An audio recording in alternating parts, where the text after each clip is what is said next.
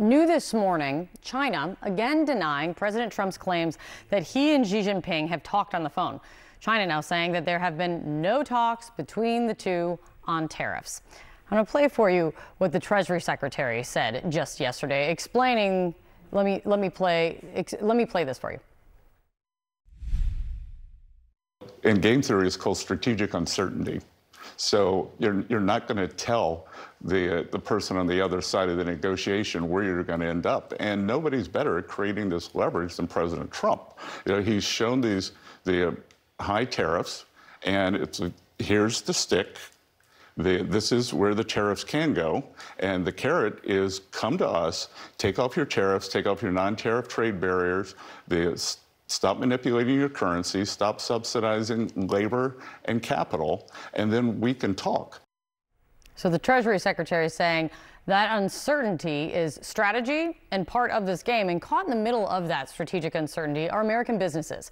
One of those business owners now fighting back, suing the Trump administration and challenging the president's authority to issue some of these tariffs. Rick Waldenberg is who we're talking about here. He's the CEO of the education toy company Learning Resources.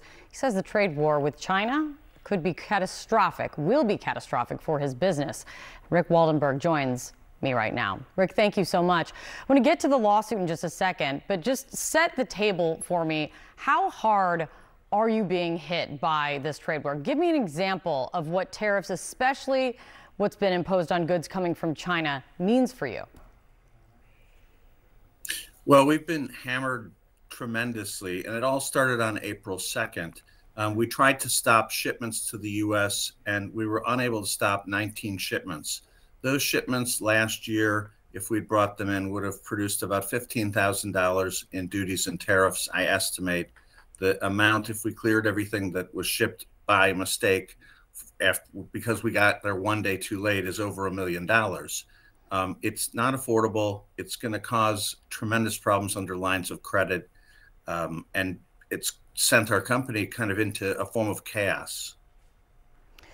Businesses like yours, you face something of a choice when it comes to if nothing gives here. You pay the tariff and either eat the cost, or pass it on to customers, or you bring in less inventory.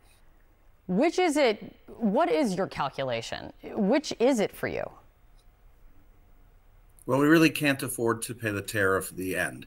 You know, what used to cost us $10 because you would be able to bring it in at 0% duty now costs us $24.50.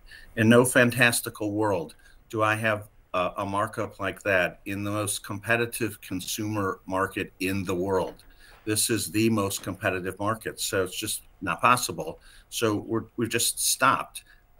We've brought in very few shipments from China, basically things that we have to bring in and don't have a choice, and everything else just ceased. We are scrambling to move as much as possible out of China immediately. We did have an alternative supply chain. It's not like we were napping. Just no one was prepared for this, and we were given no warning. And there was no warning of it. That's exactly right. So your lawsuit filed Tuesday. Why did you do it? Why did you take that step when so many businesses, very large corporations, very small, even smaller businesses, they are not taking that step? Why did you? We're a fourth-generation family business, and we're a mission-driven business. We think what we do is important, and I think the future of our business overnight was threatened by the tariffs, and so I felt like I had no choice. We'll do anything we can to fight to save our business. As I said, we think what we do is important. We also have 500 families, the families of the people that work for us, who are depending on us for their livelihood. And I can't give up on them either. So we had to. Rick, there are a lot of politicians and also a lot of businesses who are not taking action, who are not even speaking up like you are, because they fear retaliation from the administration. Are you afraid?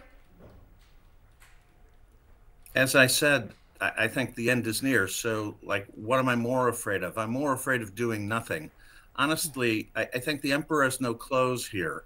Strategic uncertainty is the same way of saying we have no plan. Honest to God, somebody needs to stand up and call nonsense here, or use a stronger word. we just can't go on like this. They're going to asphyxiate us. Wow. How long before you think, I don't even like to say the words, but before you would have to make some really tough choices with your business, like potentially shut it down? Well, we've already cut our spending to shreds. I am going to defend the jobs that people have at our company as to the last day. But the reality is our business will never be the same. Since April 2nd, our business will never be the same. So, and I'm paid to keep the company healthy, and that's what I'm doing 24 hours a day. So we are hobbled. We have had irreparable harm, but I'm not going to give up. That's not, my job is not to give up. So I will fight on. And here we are. Rick Waldenberg of Learning Resources, thank you very much for coming on. For a deeper look into the impact on the economy, CNN's Brian Todd is joining us at the Magic Wall. So, Brian, where do things stand through 100 days? Well, I think it's safe to say that the U.S. economy is in a state of upheaval and uncertainty after the first 100 days. And some of the reasons for that are fairly obvious. Let's take a look at the obvious reasons here. Tariffs. The imposition of tariffs on China, Canada, Mexico, and other countries has had an enormous impact on the markets. He started to impose a 145% tariff on China, then imposed a 25% tariff on steel, aluminum, autos, auto parts, and goods not included in the U.S.-Mexico-Canada trade agreement that has been in place since 2020. He imposed all of that on Canada and Mexico, 25%, and 10% on other nations. Now, all of this is subject to negotiations, according to the president, in the months ahead. So what will the tariffs look like in a few months? That is going to be a key barometer of how the economy goes in the next few months. Let's take a look at how all of that has reflected on the stock market. And I think pretty much everybody's been paying attention to this because a lot of our 401ks have really gone downhill, and literally trillions of dollars have been wiped off the market, much of that due to the tariffs. Now, the market had held pretty steady right after Donald Trump was inaugurated, then started to kind of go down in natural correction mode. But it was really when the imposition of tariffs was announced in early April that the market really plummeted to a low of just about 37,600 points. Now, again, we have to say that the market has rebounded, gone up in the last few days. But again, Wolf, with the imposition of the tariffs, the negotiations over those tariffs, that is really going to reflect how the market will go. And of course, we know that Donald Trump pays a lot of attention to the markets. What impact has all this had on everyday goods, for example, for the American public? Well, we looked at that by tracking the Consumer Price Index, Wolf. The Consumer Price Index basically tracks price changes in typical household items like housing, food, transportation. Let's take a look at eggs. Now, Donald Trump promised to bring the price of eggs down.